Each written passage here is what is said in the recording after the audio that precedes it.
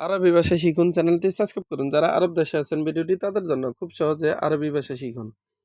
ওয়াহেদ, অহেদ এর অর্থ এক। আমরা বলি এক, আরবিতে বলতে হবে অহেদ। অহেদ তার মানে এক।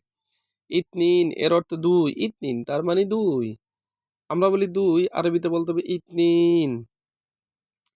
তালাতা, তালাতা এর অর্থ তিন। আমরা বলি তিন, আরবিতে বলতে হবে তালাতা। আরবা, আরবা এর অর্থ চার। আরবা তার মানে চার। খামসা, খামসা এর অর্থ পাঁচ। খামসা তার মানে পাঁচ। আমরা বলি পাঁচ, আরবিতে বলতে হবে খামসা। সিত্তা, সিত্তা এর অর্থ ছয়। চিত্তা তার মানে ছয়। আমরা বলি ছয়, আরবিতে বলতে হবে চিত্তা। সেবা, সেবা এর অর্থ সাত। আমরা বলি সাত, আরবিতে বলতে হবে সেবা। সেবা তার মানে সাত। তামানিয়া, তামানিয়া এর অর্থ আট। আমরা বলি আট, আরবিতে বলতে হবে তামানিয়া। তামানিয়া তার মানে আট। তিসা, তিসা এর অর্থ নয়। তিসা এর অর্থ নয়।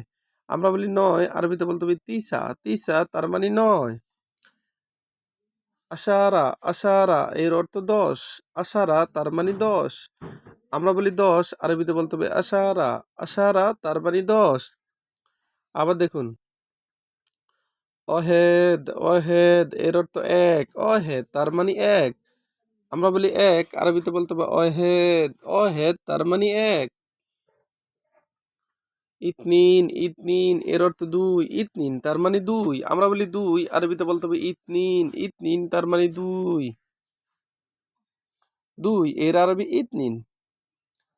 তালাতা, তালাতা এর অর্থ তিন। আমরা বলি তিন, আরবিতে বলতে হবে তালাতা। তালাতা তার মানে তিন। তিন এর আরবি তালাতা। আরবা, আরবা এর অর্থ চার। আরবা তার মানে চার। আমরা বলি চার, আরবিতে বলতে হবে আরবা। আরবা তার মানে চার। খামসা, খামসা এর অর্থ পাঁচ। খামসা তার মানে পাঁচ। আমরা বলি পাঁচ, আরবিতে বলতে হবে খামসা। খামসা তার মানে পাঁচ।